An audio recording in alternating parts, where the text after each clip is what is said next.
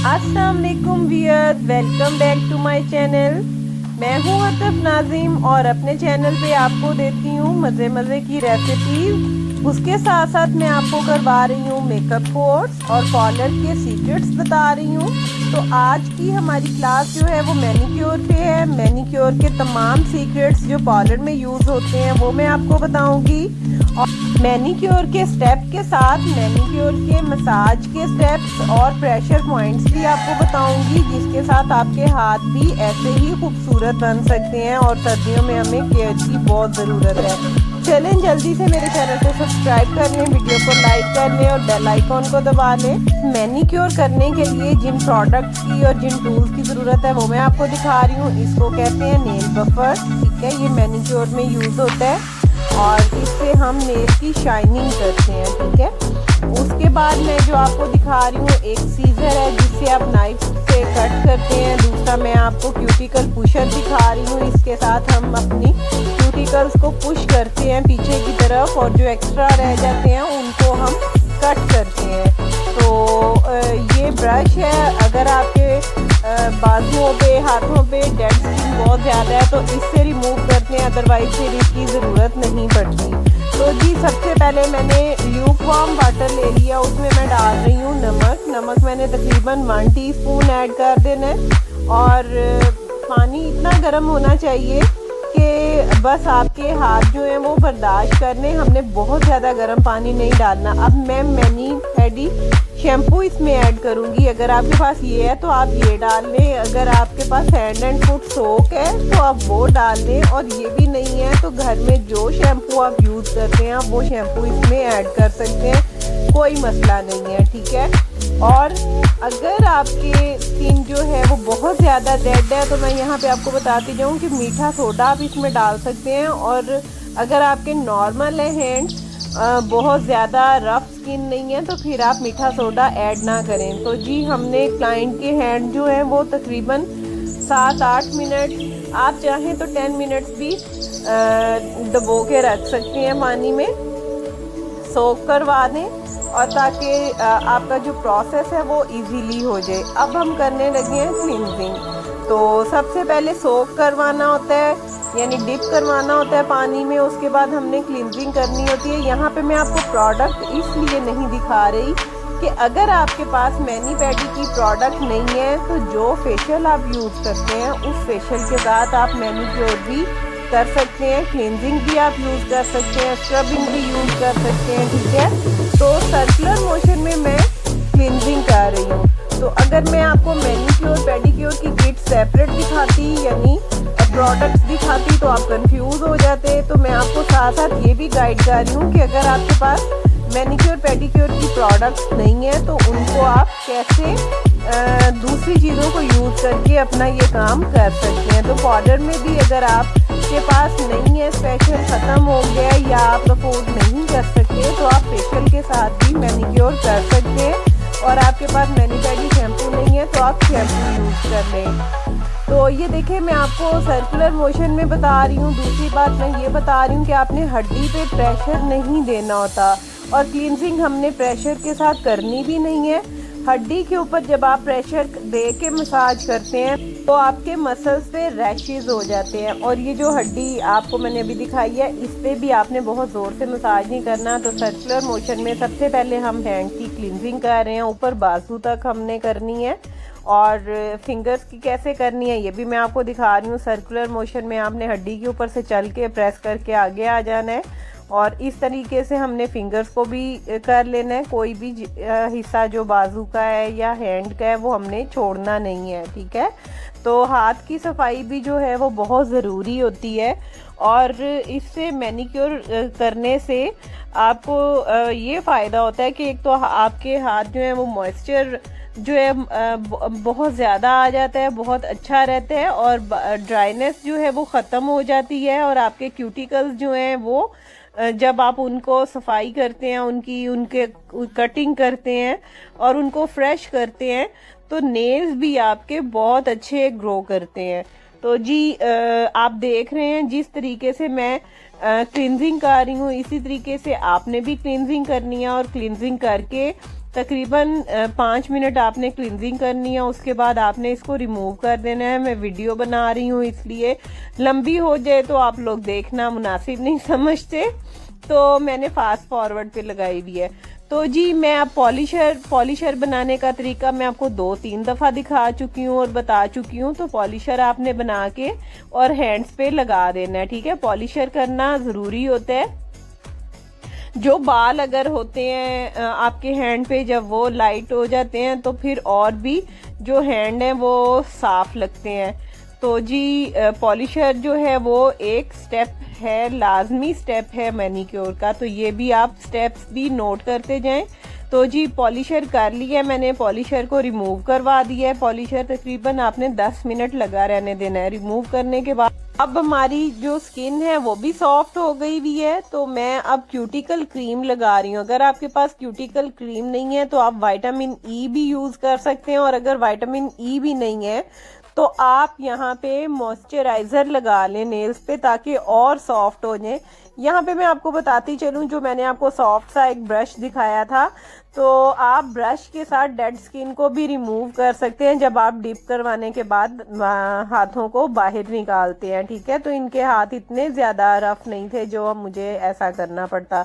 तो अब मैं क्यूटिकल पुशर ले रही हूँ। अगर ये आपके पास नहीं है तो कोई मसला नहीं, आपके पास जो ऐसा टूल घर में है या कोई चीज़ आपको ऐसे लगता है कि ऐसी है तो आप उसके साथ भी इसको पुश कर सकते हैं। इवन अगर आपके पास आपका जो नेल फाइलर है जो घर में आप नॉर्मली यूज़ करते हैं उसकी भी बैक साइड ऐसी ही होती है, तो आप उससे भी कर सकते हैं। तो आपने स्किन को, ये जो एक्स्ट्रा स्किन नेल पे आई होती है उसको पीछे करना होता है, और जब आप उसको बैक कर लेते हैं तो उसको हमने इस कटर से कट करना होता है, ठीक है।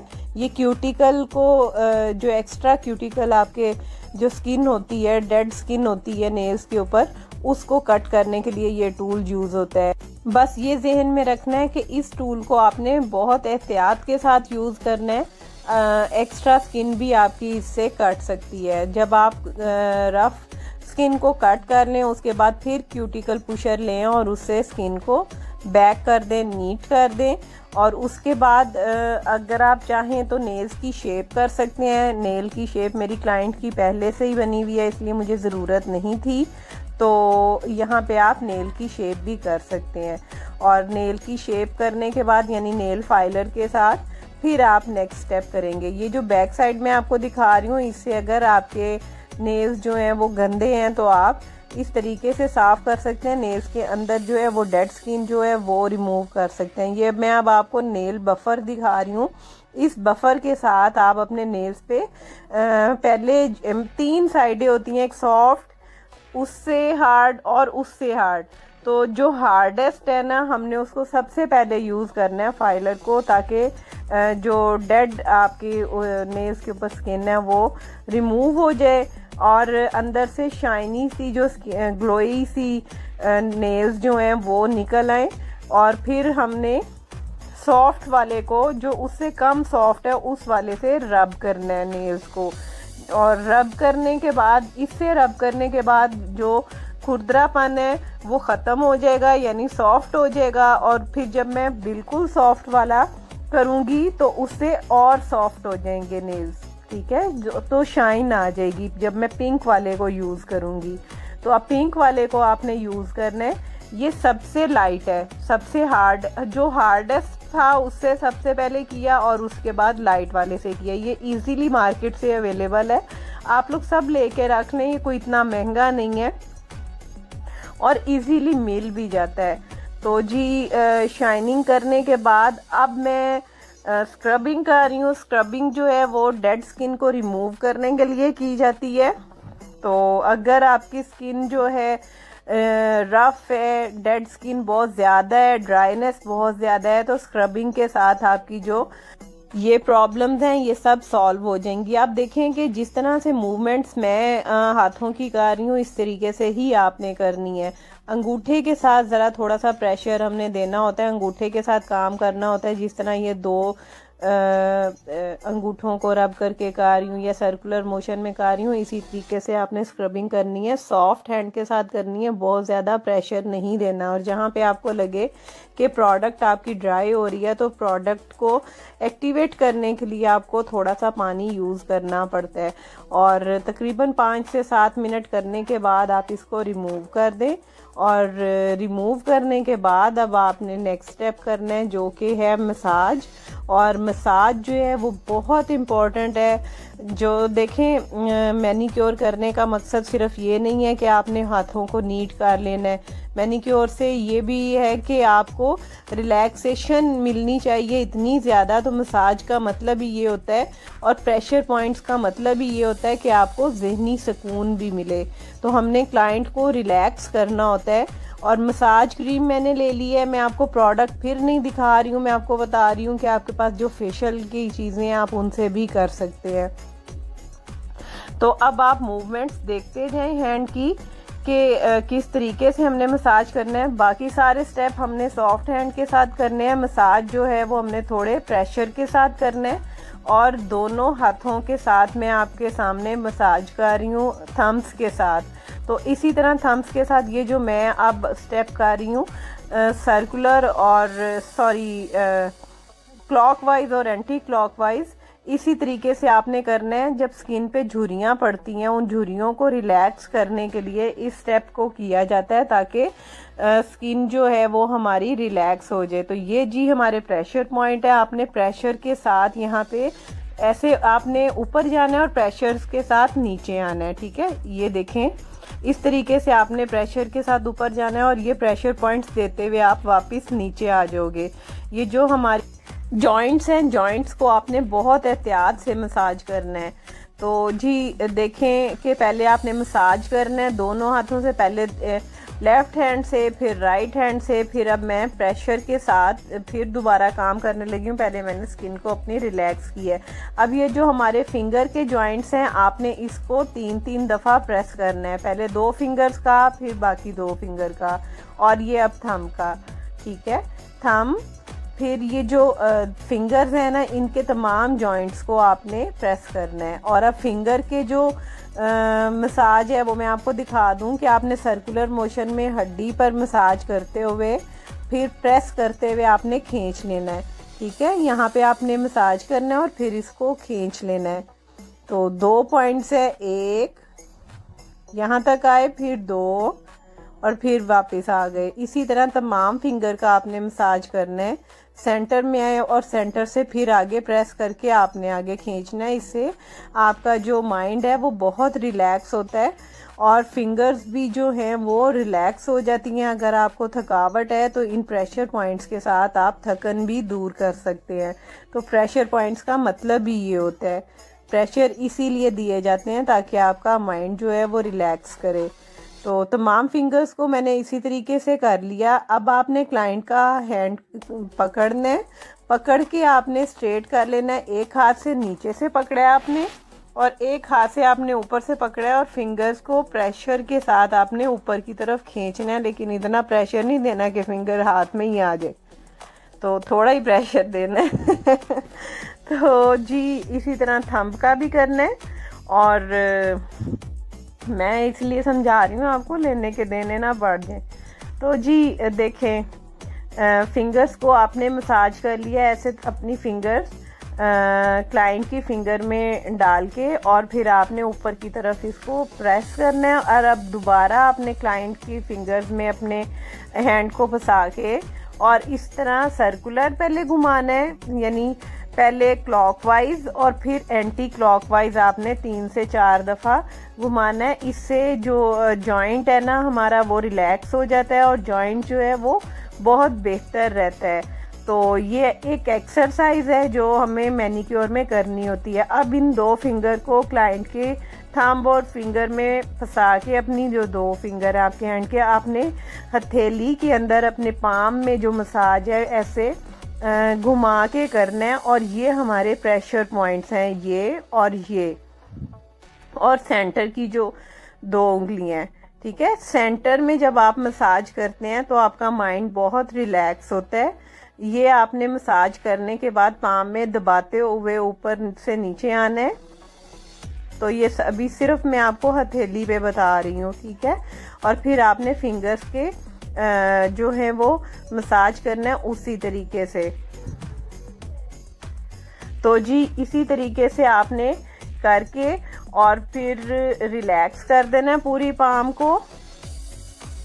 और ये रिलैक्स करने के साथ आपने प्रेस भी करते जाना है ताकि अगर थकावट है तो सुकून मिले और प्रेशर पॉइंट्स जो हैं वो आपके माइंड को रिलैक्स कर दें। तो अब ये बैक साइड पे भी उसी तरीके से मैं प्रेस करते हुए वापस जा रही हूँ और फिर नीचे वापस, ठीक है। पूरे हाथ पे आपने इसी तरीके से मसाज करना है और फिर फिंगर्स को दोबारा से आपने मसाज देना है ताकि फिंगर्स अगेन रिलैक्स हो जाएं। और प्रेशर के साथ आपने मसाज करना है। मसाज एक वाहिद स्टेप है जो आपने प्रेशर के साथ करना है, बाकी कोई स्टेप आपने प्रेशर के साथ नहीं करना होता, दबा के नहीं करना होता, ठीक है। एक दफ़ा फिर पाम को हमने रिलैक्स करना है क्लॉकवाइज और एंटी क्लॉकवाइज, और बहुत आराम से ये काम करना है। और जिस जगह से मैंने पकड़ा हुआ है वहाँ से पकड़ के हमने करना है। तो मसाज जो है वो अब इनर साइड का मैं आपको दिखा रही हूँ। इनर साइड पे भी आपने बहुत ध्यान से मसाज करना है, हड्डी पे आपने प्रेशर नहीं देना, ठीक है। स्किन पे मसाज होता है, हड्डी पे मसाज नहीं देना। जहाँ पे आपको हड्डी फील हो वहाँ पे आपने प्रेशर कम कर देना है। और उसके बाद ये प्रेशर पॉइंट्स और फिर वापस अगेन स्किन को पहले रिलैक्स करना है और फिर नीचे आना है। तो मसाज करने का एक मकसद ये भी होता है कि आपकी स्किन जो है वो बहुत अच्छी फ्रेश रहे और रिंकल्स जो हैं वो कम पड़े, ठीक है। तो रिंकल्स को भी मैनेज करता है मसाज। अब मैं लास्ट स्टेप है हमारा मास्क। तो कोई भी मास्क जो आपके पास है, अगर आपके पास हैंड एंड फुट का नहीं है तो आप मास्क जो है आपका फेशियल का है आप वो यूज़ कर सकते हैं। और इस मास्क को भी आपने तकरीबन 10 से 15 मिनट लगा रहने देना है और ड्राई होने के बाद हमने इसको रिमूव कर देना है। तो जी मास्क को मैंने वॉश करवा दिया। अब आप रिज़ल्ट देखें कि हैंड जो है वो कितना अच्छा मॉइस्चराइज हो गया है। एंड पे मैंने शाइनर और या फिर आपका पास मॉइस्चराइज़र है तो आप वो लगा लें या फिर शाइनर लगा दें ताकि रिज़ल्ट्स जो हैं वो आपके बहुत अच्छे लॉक हो जाएं और मॉइस्चर जो है वो हैंड्स का वापस आ जाए। अब मैं नेल पॉलिश लगा रही हूँ। तो ये तमाम प्रोसेस है जो पार्लर में किया जाता है। अगर आप टॉप कोट और नेल कोट भी लगाना चाहते हैं तो आप वो भी लगा सकते हैं, लेकिन मेरी क्लाइंट की रिक्वायरमेंट ही यही थी। तो अब आप देखें कि हैंड में कितना ग्लो आ गया है और मॉइस्चर जो है वो बहाल हो गया है। सबसे बड़ी बात होती है मॉइस्चर। उसके बाद जो मैनीक्योर करते रहें तो आपके हैंड्स पे भी एजिंग बहुत लेट आती है, आनी तो होती है लेकिन बहुत लेट आती है और बहुत काम आती है। तो देखें हैंड्स बहुत अच्छे नीट और शाइनी हो गए हैं। आप लोग भी इसको ज़रूर ट्राई करें। और जी अगर आप मेरे चैनल पे न्यू हैं तो मेरे चैनल को सब्सक्राइब किए बगैर यहाँ से मत जाइएगा ताकि मैं अच्छी अच्छी वीडियोस आप लोगों को देती रहूँ। और कमेंट सेक्शन में आके मुझे बताइएगा कि आज की क्लास आपको कैसी लगी। तो इंशाल्लाह मिलते हैं नेक्स्ट वीडियो में। टिल देन अल्लाह हाफिज़।